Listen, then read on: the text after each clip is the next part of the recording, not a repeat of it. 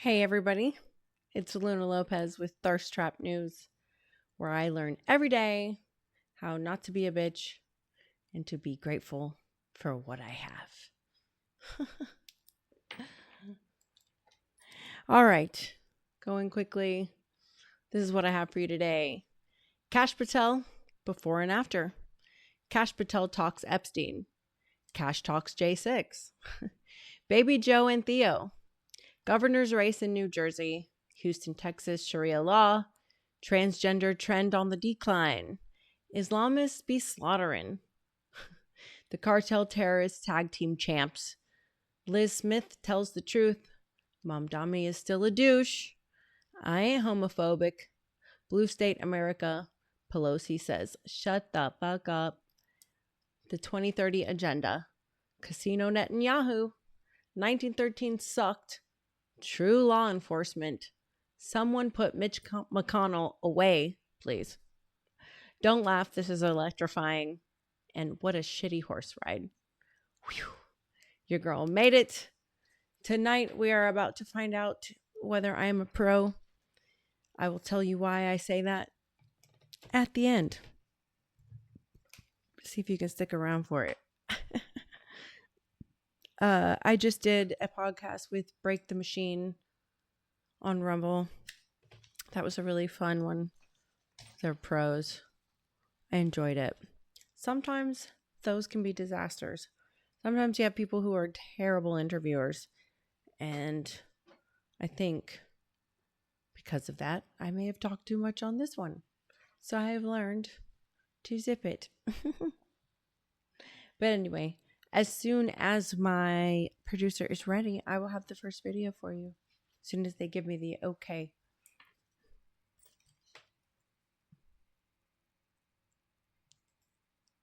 And 800 screens up. This is Kash Patel before and after.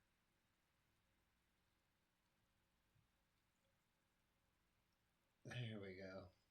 Are we there? Are we there? All right. You guys have to see this. This made me lol.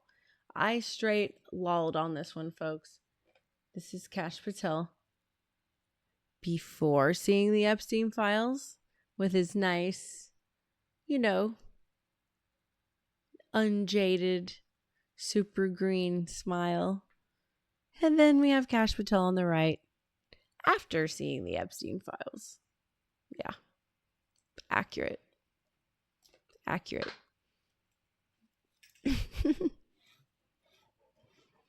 All right. I just wanted to give you something lighthearted before I prepared you for the heavy stuff, but let's listen to Kash Patel talking Epstein.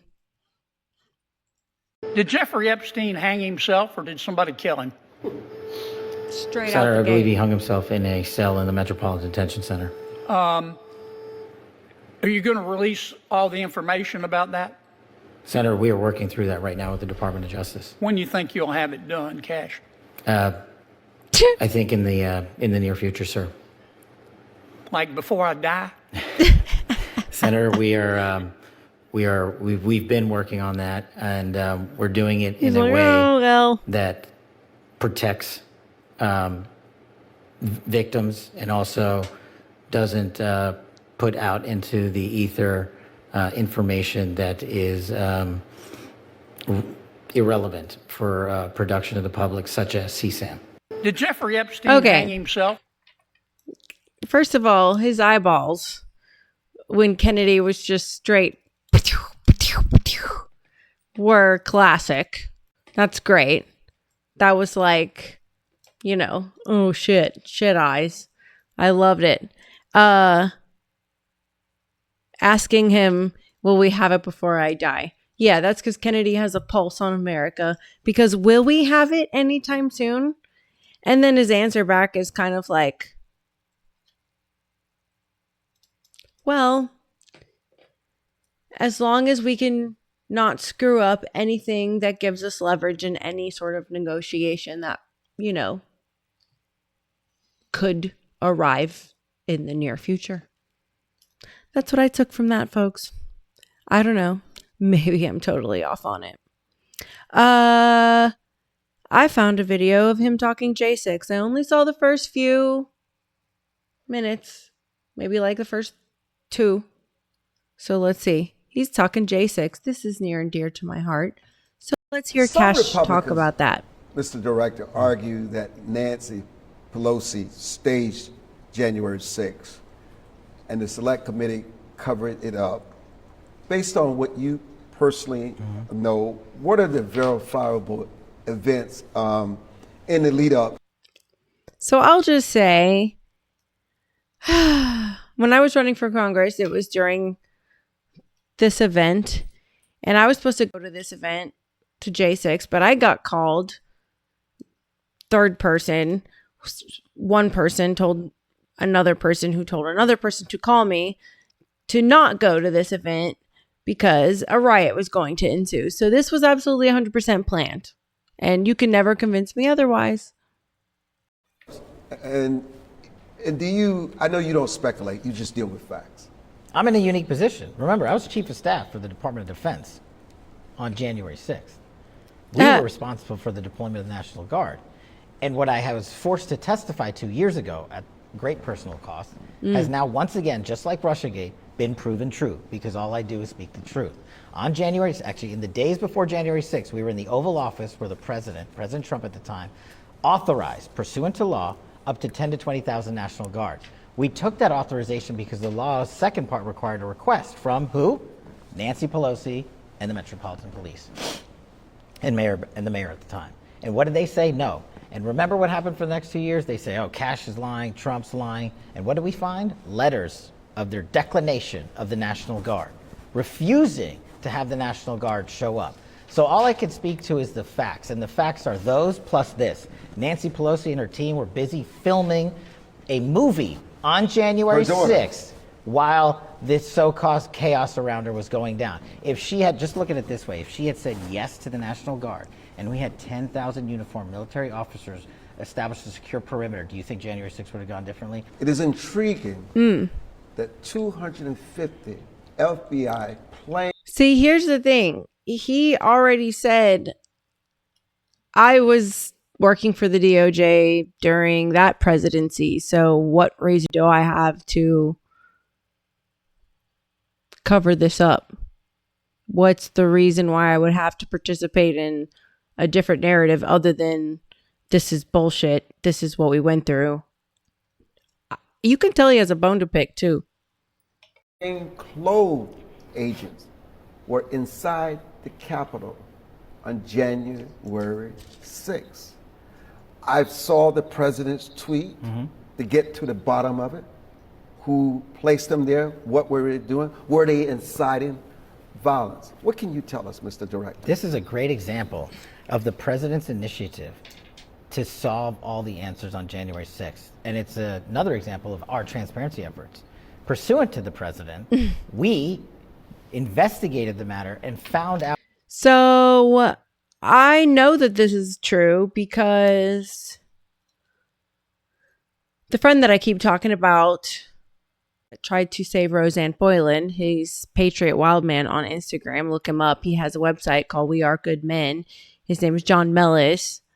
I also have another friend who I'm not going to name because I haven't been given consent to do that, but they tried to stop the murder of Roseanne Boylan by people in black clothes that looked like they would be law enforcement, but what they ended up being was FBI agents. And there was a lot of rhetoric that went around about these FBI agents because people were trying to tell the truth that these FBI agents were there, but they weren't believed. And now it's coming out that these FBI agents were forced to be there by Nancy Pelosi. They were redirected. They don't do riot control. And yes, Trump had told us back when this happened, he asked for the National Guard to be there and Nancy Pelosi blocked it. I know he asked for it to be there because I was forewarned about this event and also told that, yeah, everyone's aware. And so I know that what Kash Patel is saying is true. I know it. Out why FBI agents were placed there in the first place. And it turns out What's up? All right. We got Red Daywalker in the chat. Thanks for joining. Master Blaster 0566. That is a badass name. 84 Franz. Welcome, Franz. We found documentation and witnesses and whistleblowers that said we were forced to go there to do riot control. Armstrong, do you know what the FBI does not see? do ever? There you go. Riot control. We don't do that. So the prior leadership sent 250 some odd men and women into a situation they're not trained for, put them in harm's way, put the individuals out there in harm's way, and also those individuals have collectively responded or said beforehand that they were forced to go there. You know what this tells me? It tells me everybody got punked. You see what I'm saying? The FBI got put in this horrible position, right? They didn't know what was going on. They didn't know this riot was freaking planned. When my friends were at this J6 event, there were people handing out pitchforks, handing out weapons. They were going to start this riot. The FBI got punked too, because they don't even do riot control. So now hearing him say this, now it makes sense to me why I'm seeing Roseanne Boylan getting stomped to death on the steps of the Capitol. If you aren't used to riot control, you don't know if what you're doing is excessive use of force or not. You're just in flight or freeze mode. You're just dealing with some situation that's gone out of control. Now I can see how all these things have happened and no one wants to take accountability for it. And I truly hope that the FBI does what's right when it comes to this situation, because the implications of this is so far reaching. The spying that they did on the opposition is part of this, in an effort to silence the truth, which is, treason. It's First Amendment violation at the highest degree. This is a treasonous day. If what's coming out about this continues, all of you need to realize, I hope you start to realize, this has never been a right and left thing. This has never been a right and left thing. This is about making sure that you are a compliant sheep. And I hope, just because of his pride, I hope his pride is enough to keep truth coming out about this, because a part of me is still not satisfied when it comes to, Epstein or Charlie Kirk. So we'll see. But so far as J6, it seems like he's after the truth, or at least getting it out there, because he seems to know, because he was part of, the previous administration's FBI. They didn't volunteer to do that. And you believe them? That's their word, not mine. Some Republicans, Mr. Director, argue that Nancy Pelosi staged January 6th and the Select Committee covered it up. Based on what you personally know, what are the verifiable events in the lead-ups? And do you, I know you don't speculate, you just deal with facts. I'm in a unique position. Remember, I was chief of staff for the Department of Defense on January 6th. We were responsible for the deployment of the National Guard. And what I was forced to testify to years ago at great personal cost has now once again, just like Russiagate, been proven true, because all I do is speak the truth. On January, actually in the days before January 6th, we were in the Oval Office where the President Trump at the time, authorized, pursuant to law, up to 10 to 20,000 National Guard. We took that authorization because the law's second part required a request from who?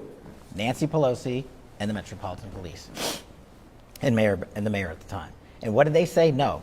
And remember what happened for the next 2 years? They say, oh, Cash is lying, Trump's lying. And what did we find? Letters of their declination of the National Guard, refusing to have the National Guard show up. So all I can speak to is the facts, and the facts are those plus this. Nancy Pelosi and her team were busy filming a movie on January 6th while this so-called chaos around her was going down. If she had, just look at it this way, if she had said yes to the National Guard and we had 10,000 uniformed military officers established a secure perimeter, do you think January 6th would have gone differently? It is intriguing. Of course, but that's not what they wanted. this was all just a way to get you to realize that if you even think about holding your government accountable, they will come after you, they will silence you, and they will take your freedom from you.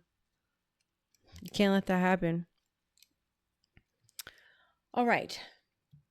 I think what I'm going to do at this point in the show, because I got through that one, is let y'all know that I am not as much of a pro as I thought.